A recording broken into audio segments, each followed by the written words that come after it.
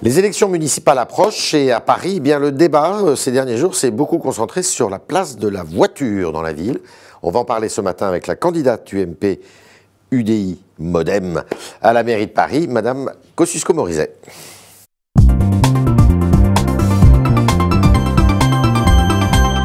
Kosciusko-Morizet, bonjour. Bonjour. 3 petites questions, c'est la tradition. La façon dont François Hollande a mis fin à sa relation avec Valérie Trierweiler, est-ce que ça vous a choqué? C'est une affaire privée, mais le communiqué est public. Et c'est vrai, j'ai eu l'occasion de le dire, je le redis, j'ai trouvé que les termes du communiqué ressemblaient plus à une lettre de licenciement qu'à une lettre de rupture. Les termes m'ont touché, m'ont choqué, comme j'en suis sûre beaucoup de femmes d'ailleurs, parce que c'est quelque chose qu'on ressent. Très bien. Vous ne parleriez pas de répudiation comme Marine Le Pen? Chacun le dit avec ses mots, mais j'ai trouvé que les termes étaient ceux vraiment d'un licenciement. Voilà, pour moi, ça n'évoquait pas la relation intime de la manière dont on aimerait qu'elle soit évoquée en général, quelles que soient les personnes. Encore 2 petites questions nationales avant qu'on passe à Paris. Les chiffres du chômage pour 2013, décembre 2013 et 2013 vont tomber ce soir. Est-ce que vous croyez vraiment qu'à la faveur de la baisse des charges, la France soit capable de créer 1 million d'emplois d'ici à quelques temps?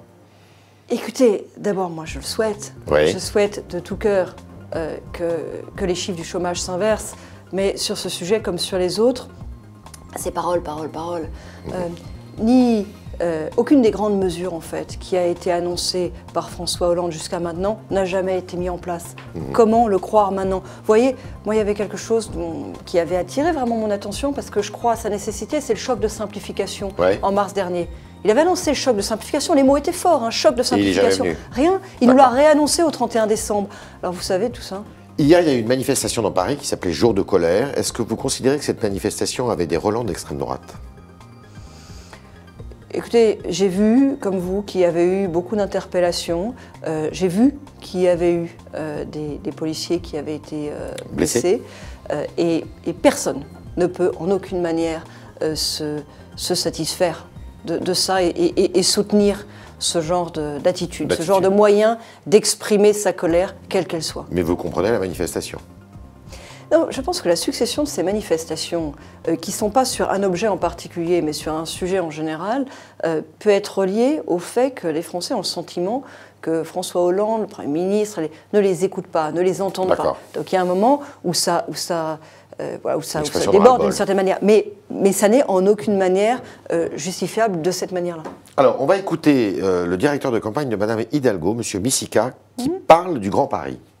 La métropole parisienne, comme la métropole lyonnaise, doit regrouper les responsabilités des communes qui la composent, une partie d'entre elles, pas toutes, des communes qui la composent et des départements qui la composent. Alors certains disent que c'est un hold-up de Paris sur la petite couronne, clairement. Mais pas du tout. Mais pas du tout. Écoutez, je veux dire, il faut savoir ce que l'on veut. Est-ce que l'on veut que Paris reste une espèce de forteresse protégée par son périphérique, ou est-ce que l'on veut que le Grand Paris existe? Vous êtes d'accord avec Micica? Et donc, Anne Hidalgo? Moi, j'appelle de mes voeux le Grand Paris. Ça fait des années que je milite pour le Grand Paris. Et je l'ai fait à ma manière, quand j'étais ministre des Transports avec le Grand Paris Express. Mais pas leur Grand Paris. Pas leur Grand Paris. Parce que ce qui nous prépare, c'est le Grand Paris des impôts et le Grand Paris de la dette. Ben oui, on crée une nouvelle couche administrative, il va y avoir des milliers de fonctionnaires en plus, ça va coûter 3,4 milliards en plus, ça va être financé par des impôts, et notamment des impôts pour les Parisiens, parce que ça, comme ça se fait par homogénéisation des taux, en fait c'est surtout des hausses d'impôts pour les Parisiens. On sait déjà, par exemple, qu'il y aura 35% de hausse sur la cotisation foncière des entreprises, un impôt qui touche les entreprises parisiennes, directement pour les entreprises parisiennes.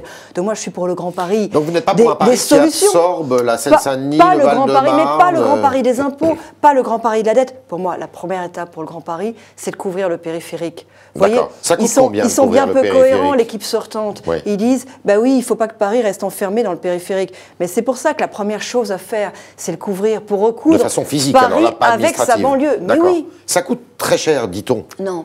Non. Il y a 3 manières de couvrir le périphérique, techniquement. Il y a la couverture légère, c'est les panneaux brise-bruit, les panneaux solaires, c'est ce qu'on a fait sur la A6B. Il y a des endroits où on ne peut faire que ça, et dans ce cas-là, il faut le faire.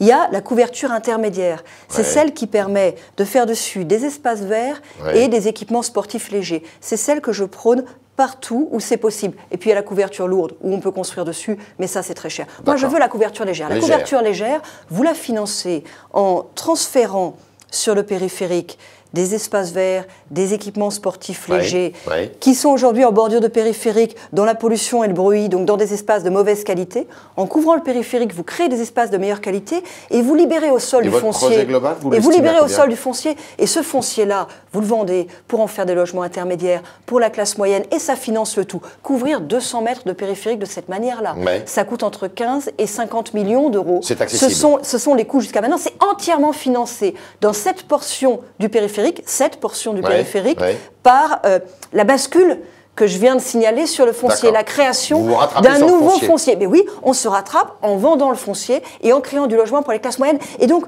on trouve deux solutions du même coup. On recoupe Paris avec sa banlieue. Quel foncier vous vendez ? Celui qui s'est libéré au sol. Si vous voulez, vous avez aujourd'hui des délaissés de périphérique qui ne sont pas constructibles parce qu'ils sont en bordure du périph' et qu'avec la pollution, avec le bruit, ils ne sont pas constructibles. Et puis vous avez aussi des espaces verts, des espaces d'équipements sportifs qui ne sont pas de bonne qualité, qui sont en bordure de périphérique. Vous allez pouvoir les déplacer sur l'espace nouvellement construit sur le périph', vous récupérez du foncier que vous vendez, c'est entièrement autofinancé. C'est plus raisonnable que de construire sur une partie de l'avenue Foch, par exemple ? Mais c'est surtout plus intéressant. Moi, mon projet, il n'est pas d'aller consommer les derniers espaces verts qui existent dans la capitale. Mon projet, il est de partir à la reconquête d'espaces qui sont aujourd'hui en déshérence, de lieux abandonnés, les friches industrielles, les voies ferroviaires sur lesquelles on peut construire au niveau de Bercy-Charenton, au niveau de la gare du Nord, les portes de Paris, les portions de périphérique qu'on peut recouvrir. L'avenir de Paris, il est là, il est dans ces espaces en déshérence. Au-dessus de la gare du Nord, au-dessus de la gare de l'Est, au-dessus de la gare Montparnasse. Au-dessus de la gare du Nord, plus facilement qu'au-dessus de la gare de l'Est. Au nord de la gare du Nord, on peut couvrir. À Bercy-Charenton, on peut créer comme ça, et je le propose, 60 hectares d'un seul tenant.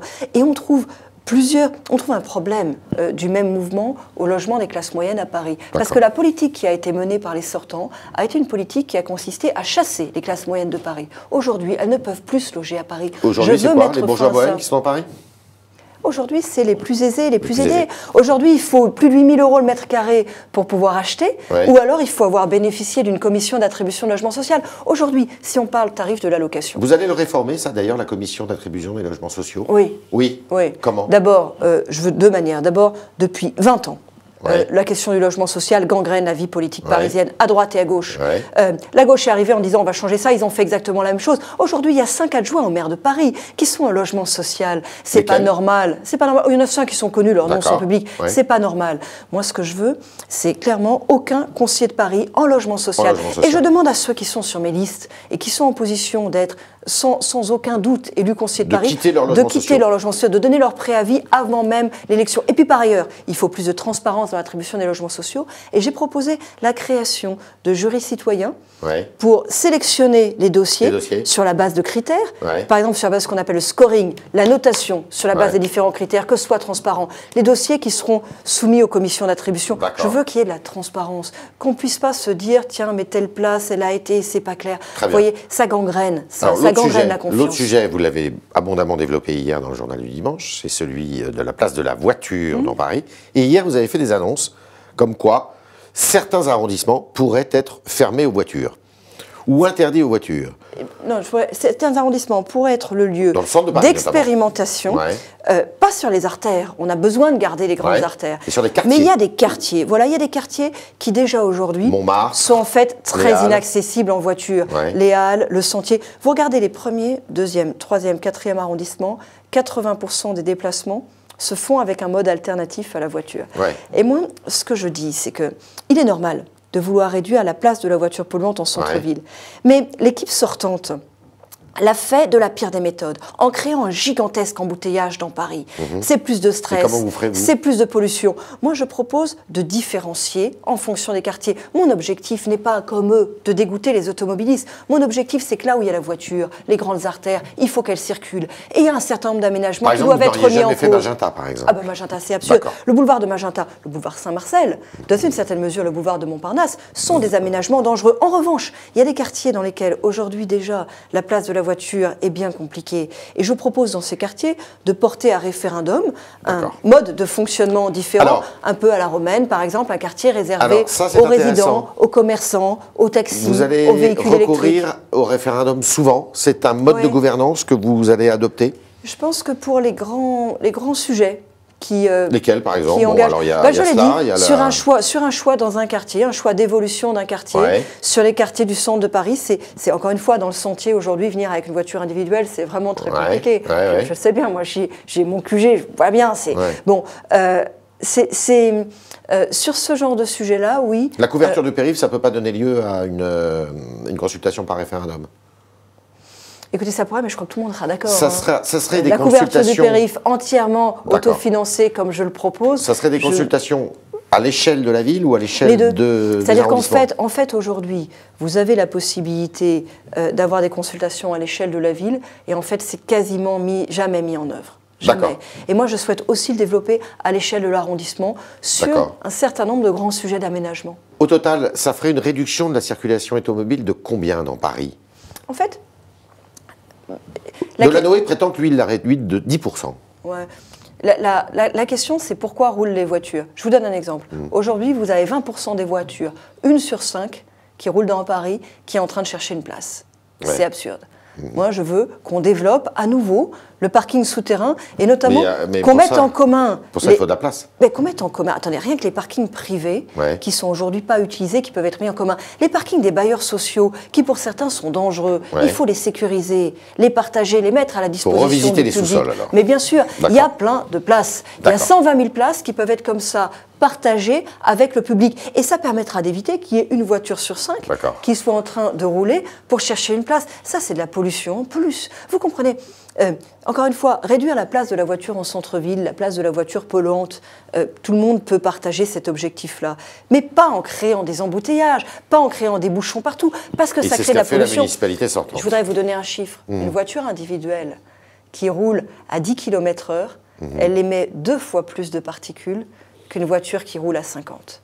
D'accord. Voilà. L'embouteillage, c'est plus de pollution et c'est plus de stress. D'où l'inutilité de la tout limitation de la vitesse sur le périphérique que vous avez dénoncé. C'est absurde. Moi, je pense à tous les automobilistes le matin qui sont dans les embouteillages à 20 km/h et qui entendent à la radio qu'on va limiter le périph' de 80 à 70. Mercredi soir, on est complètement à côté de la réalité, vous voyez bien. Nathalie Kosciusko-Morizet, vous avez un débat télévisé contre Mme Hidalgo, mais aussi 3 autres candidats. Pourquoi M. Beigbeder ne participe pas à ce débat alors qu'il est candidat ? Parce que le choix des 3 médias qui ont proposé ce débat, ça a été de dire on fait un débat entre ceux qui se présentent à la mairie de Paris. Et pour se présenter à la mairie de Paris, il faut avoir 20 listes. Bah oui, il faut avoir 20 listes. D'accord. Ça va porter sur quoi? Quels seront les principaux thèmes? Il y a un sondage qui doit être fait pour mettre en lumière les thèmes qui intéressent le plus les Parisiens. Donc ce sont les Parisiens qui choisissent les thèmes du débat, ce que je trouve bien. Pensez-vous que le Front National pourra atteindre les 10% nécessaires pour se maintenir dans certains arrondissements?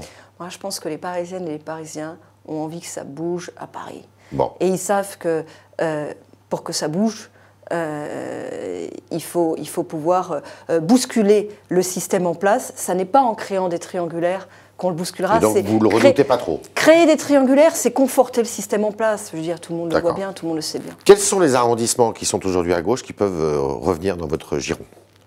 A priori, comme ça. Ouais, vous voyez... tout le monde fait des calculs de coin de table en disant voilà, il y a le 9e, le 12e, le 14e, le 4e. Moi, je pense que soit on crée un grand mouvement dans Paris, et à ce moment-là, il se passe des choses dans beaucoup d'arrondissements. Et dans beaucoup d'arrondissements. Et par ailleurs, compte tenu du mode de scrutin, c'est important que tout le monde se mobilise partout. Parce qu'il y a des arrondissements qui ne sont pas faciles à gagner, mais dans lesquels il faut avoir le maximum de conseillers de Paris. Il y a des arrondissements qui sont gagnés, mais dans lesquels il faut avoir tous les conseillers de Paris. Et donc il est important que tout le monde se mobilise partout. Ça commence par la victoire dans le 14e, votre arrondissement.